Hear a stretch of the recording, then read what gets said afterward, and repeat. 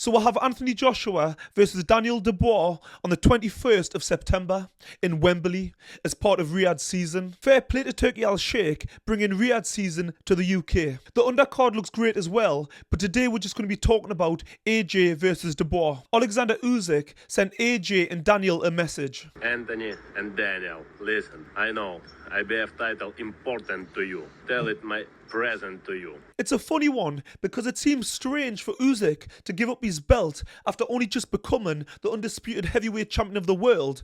But I think with the IBF, if the champion can't defend the belt within a given period of time, they've got to give it up, which is just unfortunate. But it's funny from Usyk making out as if he's doing them a favour, giving them a present. And what's even more strange, Daniel Dubois is now the IBF champion. Because he fought Filip Hrgović to become the interim champion, and now that the official IBF belt has been relinquished, it makes him the champion without even actually having to fight the champion, which is madness. I'm not too sure if that definitely was the reason. It might have been Turki Al-Sheikh who made Alexander Usyk a tasty offer that he can't refuse to give up the belt, so you can't blame him if that was the case. Don't forget, if you're new to the channel, please like and subscribe because it really helps out. And regardless, AJ fighting Daniel Dubois for the IBF belt makes the fight so much bigger. And it does also give AJ the opportunity to become 3-time world champion, which again makes the fight so much bigger. I don't know how AJ will feel if he does become world champion again, not actually beating the actual world champion. But he's a fighter, so I'm sure he'll happily just get on with it. At the end of the day, it's a step in the right direction, because it gives him the opportunity, if he does win, for him to be able to fight for the undisputed heavyweight championship of the world. It's a really interesting story for both AJ and Daniel Dubois, because both guys have been on a rebuild, because both guys have had to come back from losses and had to rebuild, and now coming back as new and improved versions. When Daniel Dubois got stopped off Joe Joyce, a lot of people thought it was the end. Everybody pretty much wrote him off, and everyone was calling him a quitter. And it turned out that Daniel had actually suffered an orbital fracture. And can you imagine getting punched off a heavyweight with a broken eye socket? It's unthinkable. Yet people had the cheek to call him a quitter. And probably from a lot of people that had never even laced a pair of boxing gloves on before. And what people also forget, when he fought Joe Joyce, he was only about 22 or 23, which is really young for a heavyweight. Most heavyweights don't really mature and grow into the weight until their late 20s. Even now at 26, he's still considered a young heavyweight. You've got to give him credit because he's came through his losses and all the doubters, and now, whichever way you look at it, he is the IBF heavyweight champion of the world. One thing that he's shown the doubters and the people that called him a quitter is that he's got heart. Because he came through against Big Baby Miller, because that was a really tough, grueling test. Because Miller's big, he's strong, and he can really punch. He had a real gut test in that fight, and he was able to come through it, and he was able to stop Big Baby Miller. And again against Filip Hrgović, it looked like he was going to get stopped, especially in the first few rounds, but he was able to weather the storm, and he was able to get Hrgović out of there. So nobody can doubt his heart. And I think the biggest reason for his improvement is down to his partnership with Don Charles, his trainer. There's an argument in recent fights that Daniel Dubois has actually fought a higher level of opponents. His last 3 fights, despite the fact that he lost to Alexander Usyk, as we know, he's the cream of the crop, and he gave a great account of himself. Whereas AJ's fought Robert Helenius, Otto Wallen, and Francis Ngannou. And as we know, Francis Ngannou, it was his first ever boxing match. So you've got to say in the last few fights that Daniel Dubois has fought a higher level of opponents. Don Charles at the press conference, when asked about Daniel, said the improvements have been huge, and the results speak for themselves, which you can't argue. And he says that Daniel is only really performing at 35 to 40% capacity, so that there's way more to come. And he also highlighted the fact that they've only been working together for 12 months, pretty much telling people what you've seen up to now is only the tip of the iceberg, and there's plenty more to come. There's also been rumours that Daniel put AJ down in sparring. And when asked about it, Daniel didn't deny it. Any truth to you actually knocking down Anthony Joshua in sparring in the past? Yes, there is definitely truth to that. Sparring. It's what you can actually do on fight night under the bright lights.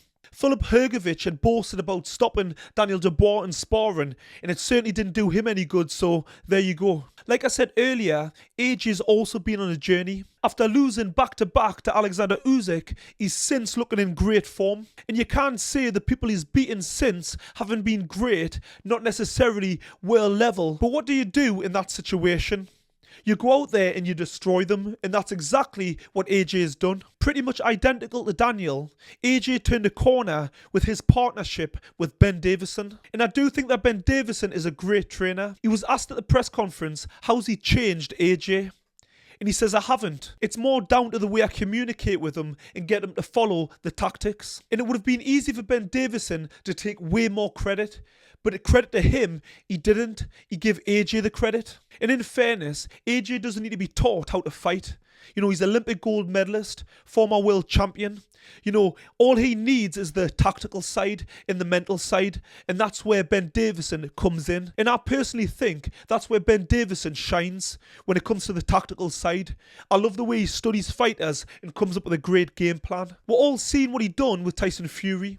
He brought him back from suffering with mental health and also a load of weight gain, you know, to fight in Deontay Wilder, who was considered the most dangerous man in boxing, and he got a draw. And like I say, despite AJ's recent fights not being the best of opponents, he's looked great.